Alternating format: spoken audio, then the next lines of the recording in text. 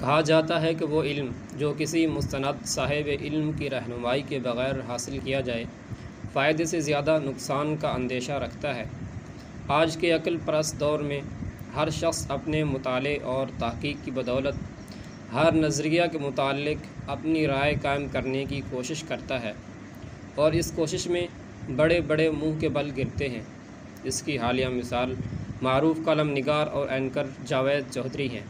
انہوں نے اپنے ایک تازہ کالم میں ایک ایسا نظریہ کے پرچار کی کوشش کی ہے جو اسلام کی روح سے تو ہے ہی گمراہ کن، لیکن عقل اور سائنس کی نظر میں بھی اس کو تسلیم کرنا ممکن نہیں۔ یاد رہے کہ یہ وہی جاوید چودھری ہیں جو ایک ہفت روزہ اسلامی اخبار ضرب مومن میں یاسر محمد خان کے نام سے کالم لکھتے تھے۔ انہیں پڑھ کر یہ محسوس ہوتا تھا کہ چودھری صاحب ایک مذہب سے لگاؤ رکھنے والے اسلام پسند قلم کار ہیں، لیکن اب ان کے تازہ کالم میں ہندوانہ عقیدے کی طرف جھکاؤ اور پرچار کے دو ہی مطلب ہو سکتے ہیں، یا تو یہ کہ چودھری صاحب پیسے اور شہرت کی خاطر مختلف نظریات پہ متضاد موقف اپناتے ہیں۔ اس شک و تقویت اس بات سے بھی ملتی ہے کہ کچھ سال قبل انہوں نے طیب اردوان اور ترک اسلام پسندوں کے متعلق 2 کالم ایک ہی وقت میں لکھے تھے، جو کہ چند دنوں کے فاصلے سے ضرب مومن اور ایکسپریس اخبار میں شائع ہوئے تھے۔ ان میں ضرب مومن میں شائع ہونے والے کالم میں ترک اسلام پسندوں کی تعریف اور دوسرے میں تنقید تھی۔ یا دوسری وجہ یہ ہو سکتی ہے کہ چودھری صاحب کا اسلامی عقائد کے متعلق علم اتنا کمزور اور سطحی ہے کہ ایک اسلام مخالف نظریہ ان کے عقیدہ آخرت کو متزلزل کر سکتا ہے۔ خدا کرے کہ ان اندیشوں میں سے کوئی بھی درست نہ ہو، ورنہ ایسے لوگ اپنے قلم اور زبان کی قوت سے بہت سے لوگوں کی گمراہی کا سبب بن سکتے ہیں۔ اس کالم کے بعد ایک بحث چل نکلی ہے جس میں ان کے چاہنے والے اور ان کے پڑھنے والے ان کے دفاع میں اس قدر آگے چلے گئے ہیں کہ وہ اب اس نظریہ کو معاذ اللہ قرآنی آیات سے ثابت کرنے کی بھونڈی کوشش کر رہے ہیں۔ چودھری صاحب نے اپنے حالیہ کالم میں اوغون نظریہ کو سچا ثابت کرنے کی کوشش کی ہے۔ یہ ہندوؤں کا عقیدہ آخرت یا بعد الموت کا عقیدہ ہے۔ اس کے مطابق انسان کے مرنے کے بعد اس کی روح دوبارہ کسی اور جسم کی شکل میں دنیا میں واپس آ جاتی ہے۔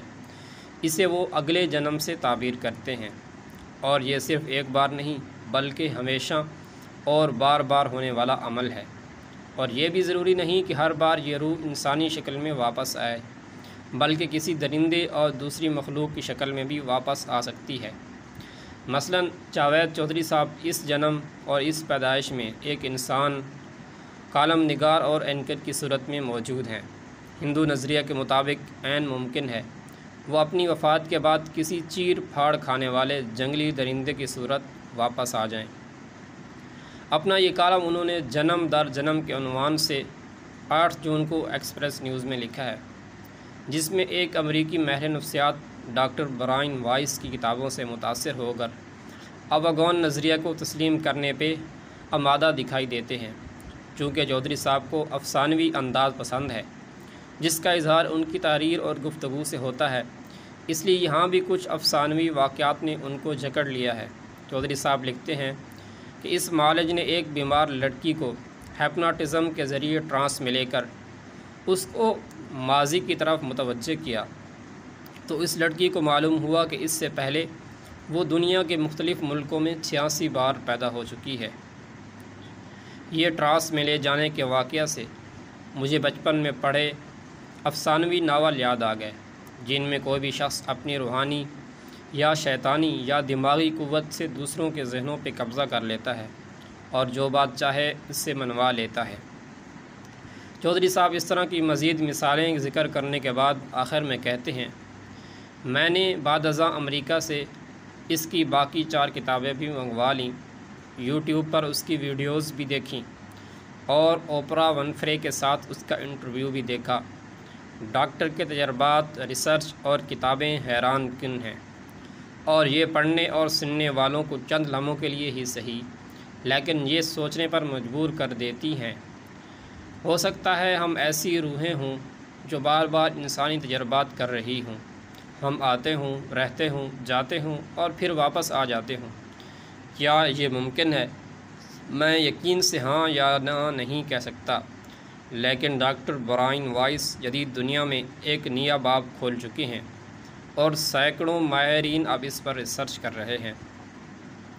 یہاں چودھری صاحب کی یہ بات قابل توجہ ہے کہ میں اس نظریہ کے متعلق ہاں یا نہ نہیں کہہ سکتا، حالانکہ ایک عام مسلمان، ان پڑھ مسلمان بھی اس کے متعلق نہ کہنے میں کوئی تردد نہیں رکھتا۔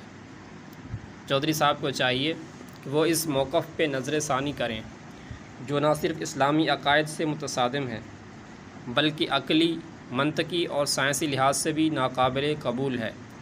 ہمارے علماء کو بھی چاہیے کہ اس حوالے سے چودھری صاحب کی مدد اور رہنمائی فرمائیں، ان کے دل و دماغ میں پیدا ہونے والے شکوک و شبہات کو ختم کر کے انہیں اور ان کے قارئین کو ایک گمراہ کن عقیدے کا شکار ہونے سے بچا لیں۔